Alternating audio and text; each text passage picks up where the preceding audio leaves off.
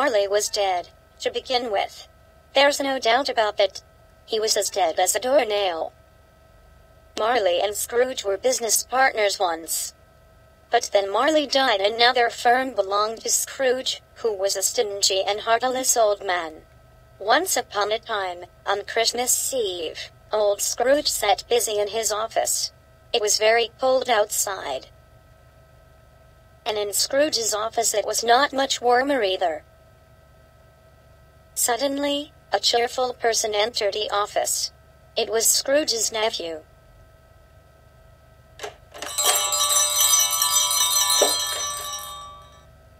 "A Merry Christmas, Uncle.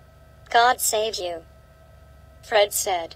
"Bah, humbug," said Scrooge. "Christmas a humbug, Uncle.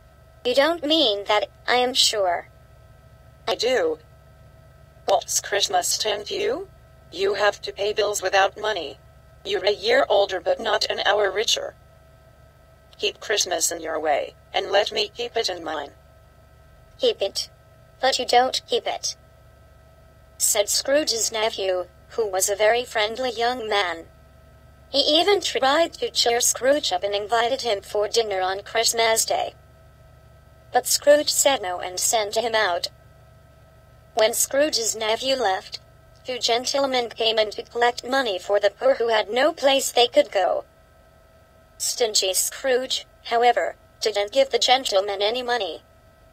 "Are there no prisons? Are there no workhouses?" he asked sarcastically and told them to leave the office.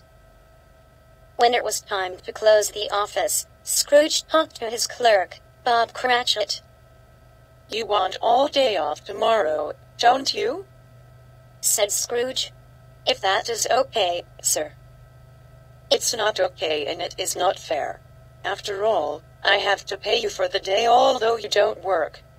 But if it must be, I want you to start work even earlier the following morning."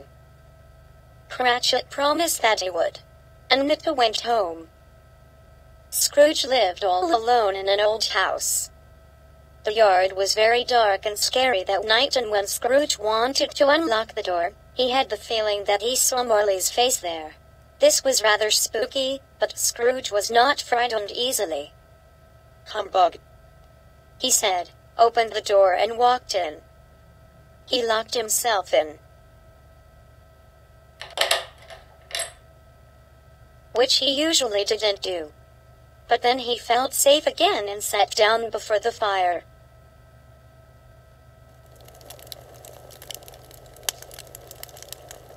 Suddenly, Scrooge heard a noise deep down below, as if somebody was dragging a heavy chain.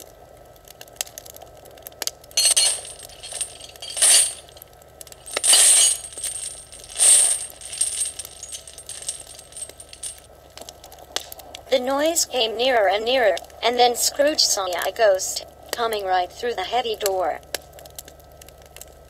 It was Marley's ghost, and his chains were long. They were made of cash boxes, keys and heavy purses. "Who are you?" said Scrooge.